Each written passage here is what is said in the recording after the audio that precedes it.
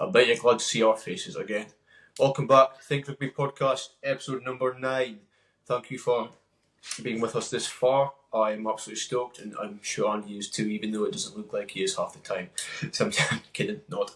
So we've got a little bit to digest into today, more so into the Scottish region, in the clubs in Scotland, being the only two, Glasgow and Edinburgh.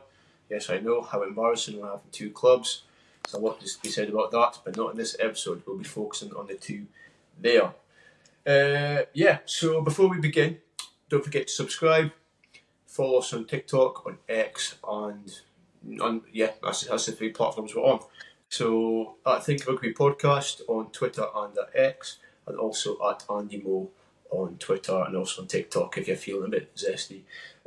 Anyway, so before we begin, Andy, what have you been up to, mate? I'm currently full of the cold, so that's what I've been up to. What about you? Just a bit of rugby here and there, just watching. Had my rugby club, my local club's team social, so I got absolutely rat-arsed on Saturday night. Woke up in my own sick, which was lovely, but it was all in the spirit of rugby and good times, for good time's sake. So it was nice. I also enjoyed my 24th birthday, just on Wednesday, which sounds absolutely mental because I don't feel that old, but we are adults doing adult things such as doing podcasts on a Monday evening. Okay, so we will start with the Guess Who this episode. We'll change it up a bit, usually do it at the end. So if you haven't, stay tuned to the end for previous episodes. Please do so, go back and join with the Guess Who. The current score for the Guess Who is Andy's got 17 points and I've got 19 points. So it's getting pretty close, and I mean, we're only about a third of the season, so who knows where it'll end, but there'll be a winner and a loser, obviously, but there'll be a big consequence for the loser, to be decided, maybe by you guys. We'll see what happens. Okay, stay tuned. Yeah, I think it'll make it have a much more competitive edge to it, and it'll definitely stress me out a lot more, that's for sure, probably yourself as well. I'll go first. I'll read out my clues first. I feel that will be fair with me being in the lead. I get to decide. So let's go. Clue number 1. I'm 34 years old. I'm a centre, standing 6'4", weighing 105 kilograms. 34-year-old centre, 6'4". And 105 kilos. Oh man, I'm in trouble already. Bit of a unit, like. Fucking sounds like a bit of a unit. 6'4". One player immediately came to mind, but he's nonsense too young to be. Well, you've got 4 with that clue, so you're all having a stab in the dark. It's incorrect, but I will go for Stafford McDowell. Incorrect. Clue number 2. I've played 231 club career games, 200 of them being for Stade Francais. It's not Gail Fickou, no? Incorrect. I think he's very similar, attribute-wise he is, yeah, but no, it's not Gail Fickou. Number 3. I've represented my nation 40 times, scoring 19 tries. How many cups was that, sorry? 40. 40. So a bit of a latecomer to the international scene, by the looks of it. Is it Dealande? No. It is not Dealande, but once again, pretty solid guess that. This is where it gets interesting and it kind of opens up a bit. Clue number 4. I have been captain of my country for over 3 years and famously led them to a close quarter-final loss in the 2023 World Cup. 2023 World Cup. In the quarter-finals. Quarter-final loss, you said? Yeah. Who all lost in the quarter-finals? France, who I'm thinking is French, this boy. This is annoying me. It's got you thinking now. To be fair, you've got It's been never done quite a lot now. Just trying to think who else made it the quarterfinals. Think out loud. It's not. No, it's not him. No, it wouldn't be because he doesn't play for them. Pissing me off now. Let me know at home in the comments if you've got it. I think a few people maybe have. It's a tough one until you know it, and then you think, oh yeah. Well, I'll give you a bonus clue. Go for it. I'll need all the help I can get. I play for Sale Sharks. Played for Sale Sharks. I currently play for Sale Sharks. This is where me not watching English rugby is coming to bite me in the arse. I haven't got a clue. So, give a skip there. Yeah, skip. Number 5, please. I'm Fijian. I literally don't know any Fijians. Andy. Rocky Brains, who was playing for them at the World Cup?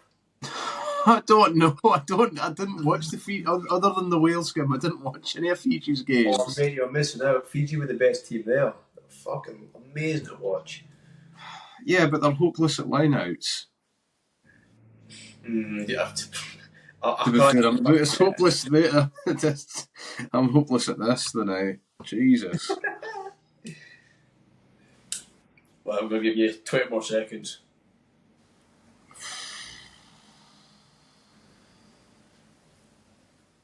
Can I get his initials? Yeah.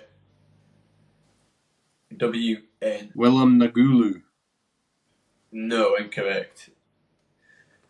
His full name is Wasali Nayakalevu. Yeah, so close, yeah. Nayakalevu. Not quite. No, so Nayakalevu, the current Fiji captain, he's played outside centre for them for 40 tests now, but seems like it was weird. It seemed like he just kind of spawned out of nowhere in 2018. He played for Stanford-Say from 2012 to 2022.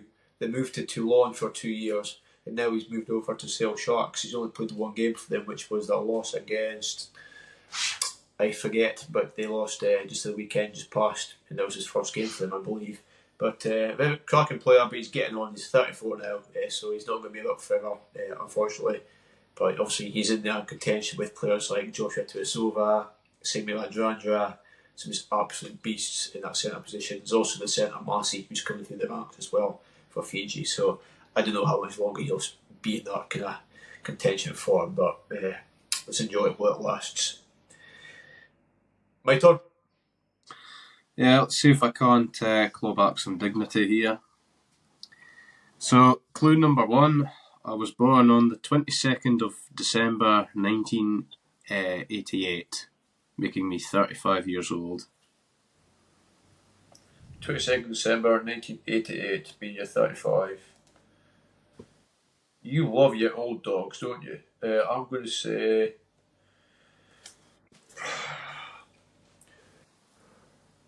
I've said him a few times when guessing, but I think it generally might be him this time. Is it Peter O'Mahony? No. Right. So, It's not Peter O'Mahony. I think I guess him every single week. Nevertheless. Plus, we talked about him off camera as well, so that's maybe what's... That's what I was thinking. Number 2, I can play at winger or fullback.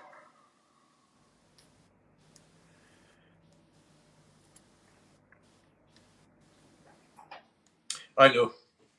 Lee Halfpenny. Yep. I know this because I think... Did you get the idea from, I think it's Rugby now, so Rugby knows on TikTok, he made a video about he's 35 years old and he's still putting in stellar performances for Harlequins. That's, as soon as you said that, I was like, I know exactly who it is. No, I got the idea because Halfpenny was mentioned considerably an amount of times in Dan Bigger's audiobook, which I recommend anybody to go and listen to if they don't mind a horrendous Welsh accent. Anyway, well, that's 4 points to me, so what does that leave me on? Was it 1917? So it's now 23 points to 17. Yeah, I've got some... I'm going to have to get harder with these. I did it pretty well a couple of weeks ago. I just need to go like all in. Do you know something, Andy? You can hear something there. I'll give you a little tip. And for you guys back at home, what I've been doing just in my spare time, just my downtime, chill time, which doesn't happen often, but never mind. Me, I've been watching on YouTube. World Rugby's been putting up the Rugby World Cup games, like from 2023, like the full games though, not just highlights. And I've literally been watching them and just watching the players, just thinking like, okay, they've retired, moved on, but which players were kind of in the mix and like kind of getting a call up in that. So I've been really kind of like, it's been cool seeing them progressing this season and getting called up for a national team now, and also been playing more for their clubs, like excelling with their clubs when they're just kind of like in the shadows of the World Cup and just kind of up and coming behind these big dogs who've now retired or maybe just not as favourable anymore. So that's what I've been doing in my spare time, and you gain a lot of knowledge through that, and it's just fun to watch rugby in it. So that's what I've been doing, and I encourage anyone to do the same. Just you see all the different kind of play styles and how teams have evolved as well, because not every nation is going to stick to the same play style through the World Cup cycles. So that's cool. Anyway, we will move on from that. So 23 points to 17. Big up to Kelly. Right, what we're going to next. Let's talk Edinburgh and Glasgow Warriors. So, they both had big games at the weekend. I would say Glasgow had the bigger game, in my opinion, playing the Sharks. What's the actual branded name? Is it Cell Sea Sharks or something? I think it was Hollywood Bet sells Sea Sharks, yeah. That's what it is. Yeah, so they played the Sharks, which is just another way of saying South Africa, because oh my goodness, their squad is actually just like packing at nationals. However, you could say the same about Glasgow. It was relatively Scottish, if let's just say. A lot of international players who will be playing in this Autumn Nation series, just such as the South African, the Sharks side. A lot of the players will be playing for South Africa. So, Andy, I'll let you take the reins here. I heard you digested the game quite a lot. I did watch the game and watched back the highlights, but this is your niche. This is your kind of bread and butter here. So, I'll let you go with it. Yeah, so before I came down with this cold over the weekend, I watched the Glasgow Sharks game, a couple of beers in hand, and just as soon as the team came out a day early, it's like, oh my goodness. The front row for the Sharks is the same front row that the Springboks had for winning the World Cup.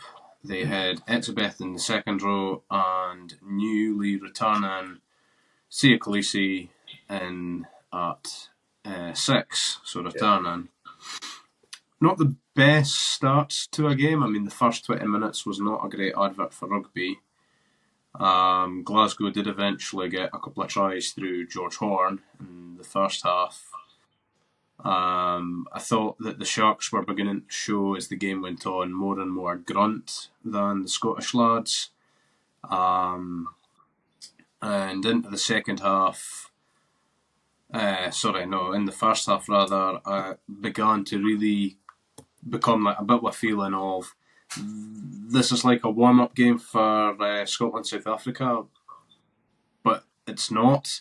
Yet there was still these similar kind of feelings. So, for example, good enough defence to begin with for Glasgow, but that second try for the Sharks, Jack Dempsey gets a lot of plaudits, and rightfully so, by Scottish rugby pundits.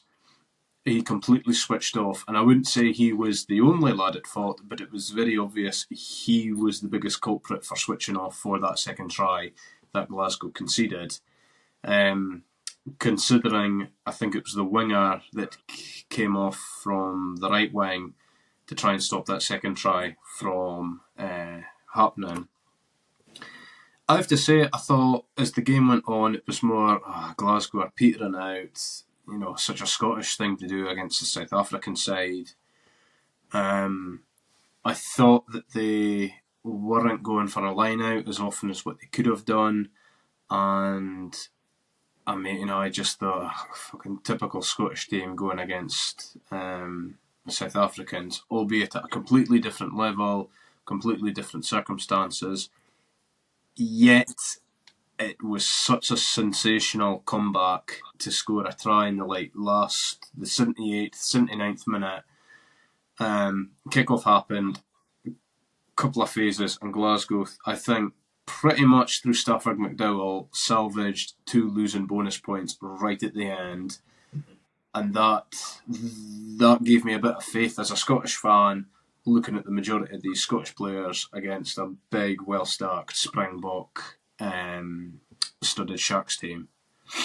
Yeah, that just seems to be kind of like the Scottish blueprint. I know, like, me and Andy both vowed not to mention the international side too much, but this is hopefully going to be as much as we do.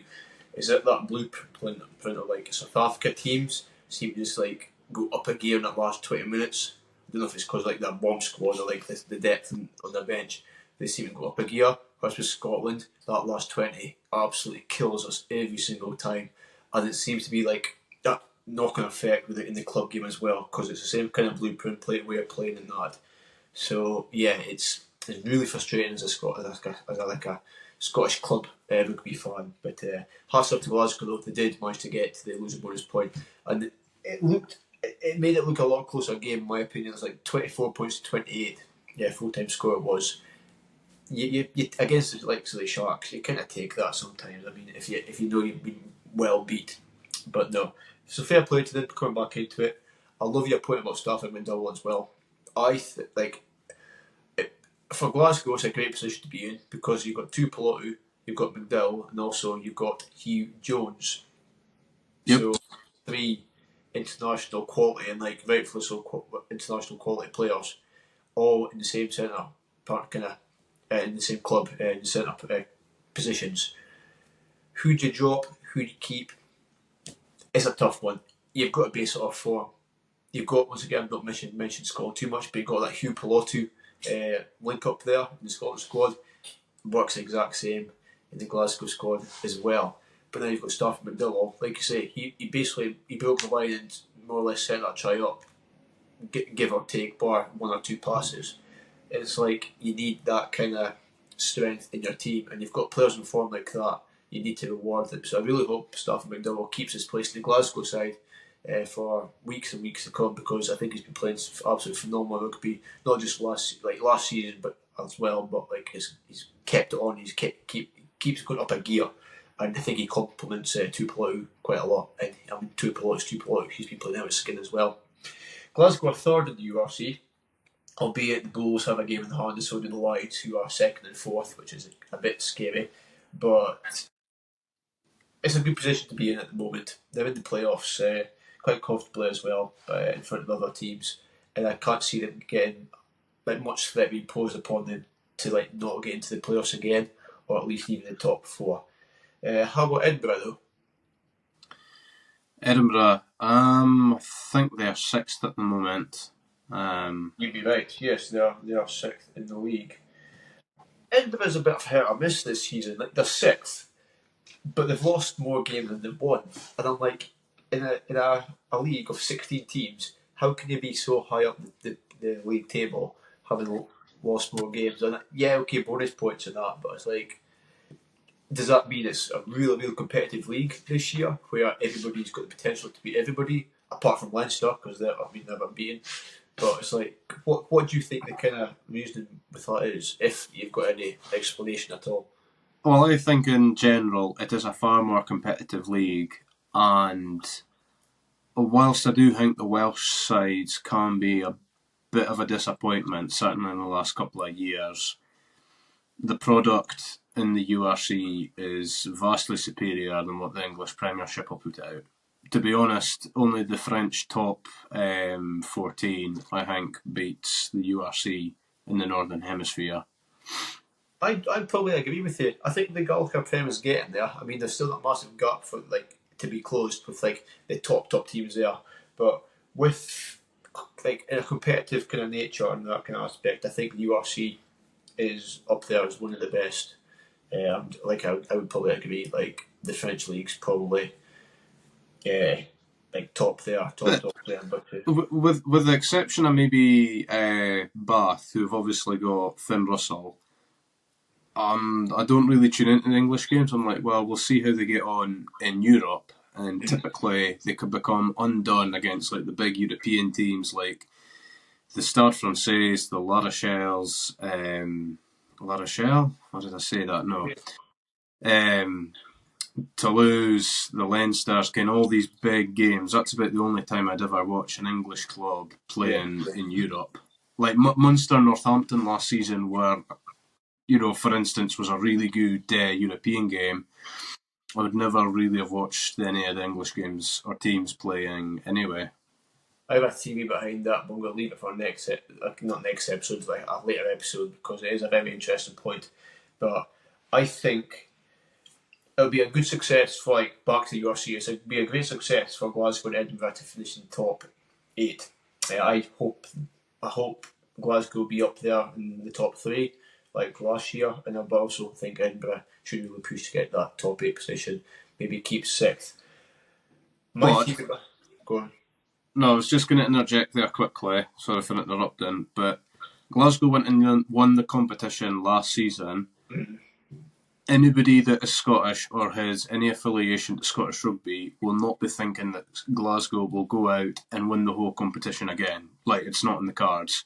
That's something that a big powerhouse like a Leinster or Munster or even like a Springbok team would go and do. It's, It's probably the most tricky thing to do because it is one of the most competitive leagues in the world. Like, I completely agree with you. I'd be content with a top 3 finish, being honest, because second season syndrome it's a thing. Like, you're never or very rarely as good in your second season as you are in your first. But this could be Edinburgh's chance to kind of break in with the expectation being in Glasgow is, well, can they do it, or we want Glasgow to do it. Edinburgh could be walking away behind the scenes, a bit less pressure on them. Because let's be honest, they've got a very good team. Like, I mean, they've got some players in there who haven't been called up to Scotland yet, who probably could. I think Ben Muncaster's one of them. I think he's been playing out with skin. Ben Muncaster's actually got 3 tries in the URC, which in 5 games are back row is really good. He's actually Edinburgh's top try scorer, tied with Duhan van der Merwe, which, I mean, that's no surprise at all. Let's be honest. As for Glasgow, they've got try scorers galore. I mean, they've got Kyle Stein, they've got Hugh Jones, and they've got Johnny Matthews all in 3 tries. I mean, you've got between the 2 clubs, you've got Darcy Graham, you've got Schumann, Ashman, Paddy Harrison, Gilchrist, Tom Jordan, Kyle Rowe, George Horn, Matt Ferguson, and Rory Darge all in 2 tries as well. Looking at the league there, I mean, Glasgow's played 5, 1-2. 1-3, lost 2. Edinburgh's played 5, 1-2, lost 3.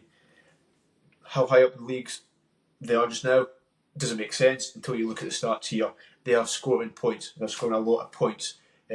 Glasgow more than Edinburgh. I mean, Glasgow is the best attacking team in the league. It's just defence needs to sort out, and that's just the facts. Also, I mean, Ross Thompson needs to sort out his kicking. To be brutally honest, he's first in the leaderboards for most conversions missed. In 5 games, he's missed 10 conversions, which is 2 per game. That's not the standard. That's not the standard of, like, professional. Never mind trying to get promoted. You know what I mean? It's a bit worrying, but there's a lot of good things. Like Rory Darge with his tackles made, 78 tackles, second highest in the URC. Schumann, the second highest carries in URC at 30. Ross Thompson's, ironically, actually got the joint second top point scorer with 35 points. Darcy Graham is third for defenders beaten. Now, getting like this, even though these are just stats and I'm just throwing numbers at you, it shows that, like, these teams have absolute, like, powerhouses and workhorses. Whether that is like Darcy Graham with the wing beating defenders, Duhan also with the most clean breaks in the league at 8. I think he's joint first with 8. You've got Rory Darge, second most tackles, 78 tackles in 5 games. I can't even do the maths there. I'm thinking everything's going through my mind just now. Yeah. But it just shows that, like, the commitment and the work rate. Grant Gilchrist with 6 line-out turnovers, or line-out steals, should I say, as top in the URC. A lot of things leading to, like, a great effect. And I don't think it's a coincidence why, even though Edinburgh have lost more games than they've won, they are still 6th out of 16 teams in the league. Albeit they've got a game in hand over some other teams. Well, I mean, it is just quite a competitive league. I mean, the Stormers, they were, bottom last weekend or whatever, that like before the games this past weekend have happened. The bit Munster, now they're up to 12th. Yeah. What happened at the Munster game then? I didn't actually watch this game. No, I never watched the game either. Well, I watched the highlights and wow. I mean, that was a couple of really good interceptions by the Stormers to like lose to Edinburgh and then following weekend at home against Munster. You know, one of the champions the season before last. Yeah. You know, without Manny Lebock, what a performance from them. Yeah. I think Munster are hurting a little bit from getting beat.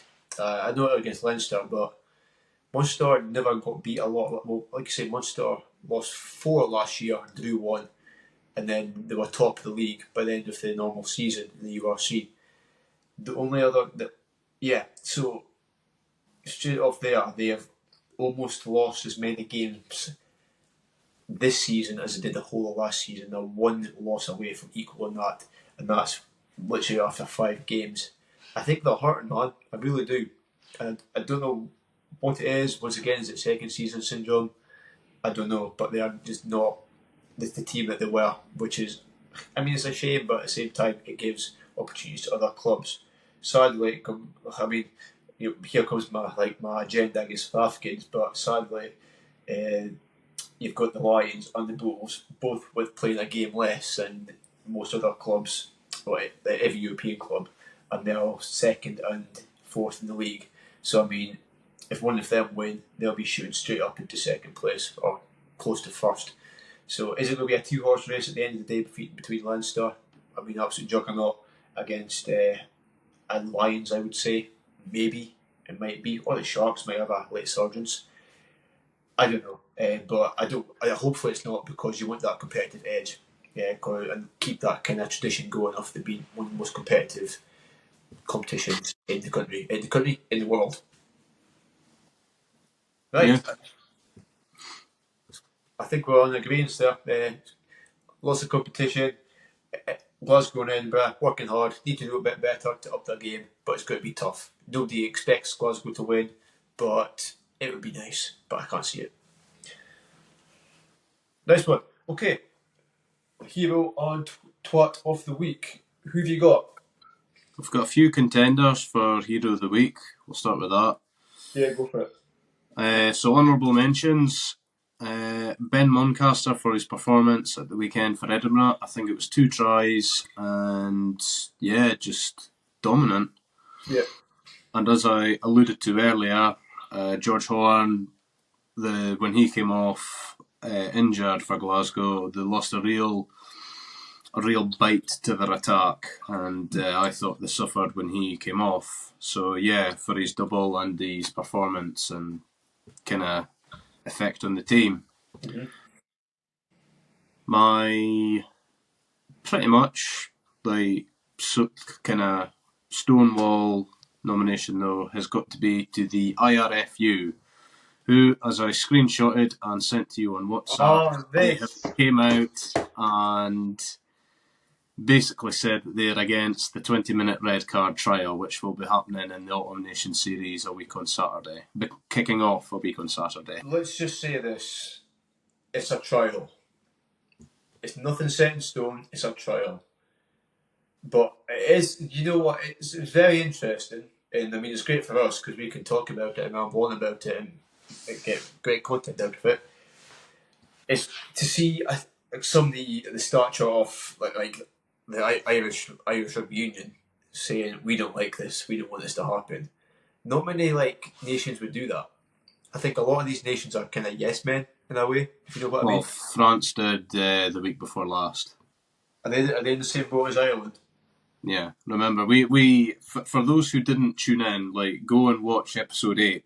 See me plugging last week's podcast, Go and watch episode 8, because me and Zav had a very in-depth debate about the 20-minute red card. Yeah. But I don't know, the more I think about it, it's like, you've got to give it a chance, because, I mean, you've just got to give it a chance. You know what, we discussed it last week, we need to draw a line in the sand, because I think we could be here for days, and it'll just be going round and round and roundabouts, and I don't think we'll ever come to a conclusion. Let's see how it unfolds in the Autumn Nation series, because I think we might be pleasantly surprised. The one thing I would say though about that is the one flaw, which I agree with, is if somebody turns around and punches somebody and knocks them out cold unprovoked on a rugby pitch, they get sent off. Would that still mean that the 20-minute red card still applies? You would only assume so. Yeah, that's the thing, and that's where I think there's a grey area happening. Yeah, but that, I just had a lot of thought in my head, especially when you sent me that. Here's one for which I think is going to be fantastic, but I'd love to see your opinion, because I mean, any sort of change you seem to be so stubborn about. They are looking to trial an Autumn Nation series, the refs be mic'd up and make it almost American football style, where you see. Yeah, I know what you're on about. I'm pretty sure that for the Rugby Championship they were doing that, certainly in New Zealand and Australia. I'm not sure if they were doing it in Argentina and South Africa, but that may be just for the language barrier. Yeah, language. They'll be doing it this Autumn Nation series, I'm led to believe. Once again, maybe I'm just very open, but I'm quite an advocate for this one. Actually, more so than the 20-minute red card. I think it's fantastic, because I always think that, especially as a fan at the game, and you see a penalty, if you're not like really into rugby, if you're just a casual fan, should we say, you kind of want to know what is exactly going on. And if you're a casual and you see something, the referee going like that or something, or going like that, like, what the hell does that mean? Obviously, if you're going like that, it means you're holding onto the ball, or it's just an example. So I think if they'll manage to speak and communicate with the crowd as well, it'll kind of take the heat off things. It seems to work in American football. I think they should try it here as well in rugby. What's your thoughts on it? Well, obviously, I haven't went through the pain of trying to watch NFL for too much. I watched the highlights of the Super Bowl earlier this year, but that was about it. It's just shit, but we're not going to hear a debate about that or anything. I'm on the fence with that one. I see why they're trying to do it, and I agree with everything you've just said. The only thing that I am a bit, I don't know, is fan experience at the stadium. Okay. You don't know like what could happen with the technology in theory in this day and age should be there that it's able to be done. Mm-hmm. But if you're on a stag do or something, a lot of, for example, that's just one thing. I know what you mean. It may reduce how much you enjoy the experience, and I can see why, because you wouldn't want to like go and buy like a fucking headset thing when you could get it for nothing, if that makes any sense. But headsets are rubbish, man. I can't stand them. Yeah, well, I've never actually bought one before, but I don't know, I'm on the fence about this one, but I'm just putting out a couple of reservations. We'll see what happens. You're open to be. I'm sitting back. I'm just saying, yeah, it could be good. It may not be good. Let's just see what happens. Excellent. So that would actually be my hero of the week. If it wasn't for some other club. So my actual hero of the week is Newcastle, and the reason I want to give them hero of the week is not only they won their first game for the first time in 19 months. It's because I want to really celebrate this, because it's probably going to be the last game they win in about 19 months as well. So they beat Exeter, who are now bottom of the league, who are second bottom of the league as the game happened and the game went on. I think the full-time score was something like 27-18-ish, around the region. Maybe it was a bit less than that. The game itself was relatively boring. A lot of just like kind of phase play in the 22 area, nothing too flashy. Just kind of basics getting done, a bit of power to get through and score the tries. Exeter were the more flashy team, to be fair, but I mean, as it's shown by the result, flashiness doesn't always win you games. The fly half Grayson, I believe his name is, scored a drop kick. Newcastle's first drop kick in a game in over a decade. Mental, on it. Mental. Yeah. And it ended up pushing the scoreline forward, and they won the game. So that's my hero of the week. I'm happy to be disagreed with, but I think I've made my point clear. The Polo will win again for a long, long time. Interestingly enough, an honourable mention for Twat of the Week is everyone celebrating about Newcastle winning a game for the first time in 25 attempts. They could go another 25 attempts before they win another game. So that's all I've got to say about that, Zav. You know what? I said it a bit for just more foreign engagement, was I saying about them not winning for another 19 months, but do you actually think they're going to go 25 games without winning another game? Well, there's...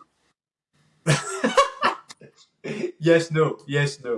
Well, it would be very difficult for me to see them not. I mean, give them their due, they may be one of the less financially insolvent clubs. But, their form this season, what's that? 1 win out of 5 games. Yeah, that to me is relegation form. I'm not expecting it. They might go and win another couple of games, but yeah, woohoo, we won a game. It's like, that's your job. It is. But I think they are just miles behind everyone else. But at the same time, if they get a couple more wins against maybe a Gloucester, do the double over Exeter because Exeter are struggling, a surprise, a couple of losing bonus points, it could be enough to get them off the bottom spot, just be second bottom. But that's my take on it. Anyway, twat of the week for me would be an out and out twat of the week would be Eden Smith. Completely agree. Absolute shite bag. Horrible man. We're on about great fun experiences and trying to increase participation in rugby, having great stuff on the pitch for, like a role model, and would promote rugby values, grow the game, etc. Images this weekend on Twitter. I didn't share them because it's a crass image, but the images online appear to show him trying to gouge out an opponent's eye at the Sharks Glasgow game during one of the scuffles. I love seeing a scuffle. I love seeing punches being thrown in rugby. I think it's something that sets it apart from many other sports, or certainly big team sports. But you cannot condone trying to gouge somebody else's eye out. It is scumbag behaviour. As Andy mentioned, he loves a scuffle, because back in the playing days, when we played Banff, the amount of times I had to protect Andy from guys that he started on and realised that they were twice the size of him. Honestly, I've not got enough fingers on my hands and my toes. My hands and my feet, should I say. It was actually unbelievable. So Andy does love a scuffle a lot. He also likes to run from them as well. Love you, Andy.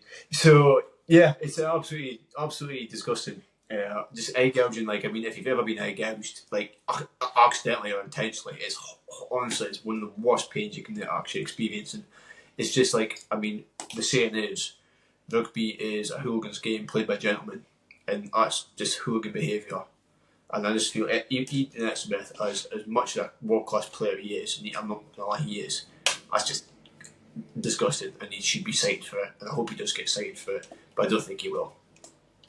I hope there's a retrospective ban and a hefty fine for him to pay. There is, you say? You hope there is? Oh, I hope.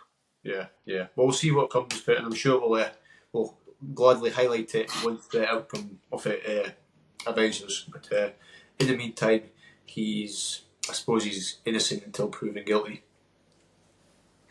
Yeah. Okay, right. That is us for this week's episode. Thank you very much for tuning in. Remember, follow us on YouTube, or subscribe on YouTube. Follow us on Twitter, or X, formerly known as Twitter. TikTok as well, I Think Rugby Podcast, and at Andy Moe on Twitter for all his vile and some of his hot takes as well. I take great interest and great pleasure in reading through his tweets and that from the rugby over the weekends. So there you go. You can do that in your pastime as well. Okay then. Anything else for you to add, Andy? No, I don't think so. Not for this week. I'm looking forward to the next week because I'd like to look forward to the Autumn Nation series. Exactly. Can't wait. And I can't wait to cover all that as well. It will be tasty. There's a lot of rugby, a lot of good rugby as well. So, okay then. Thank you very much, Andy. Thank you very much for your time, the viewer, and we'll see you in next week's episode.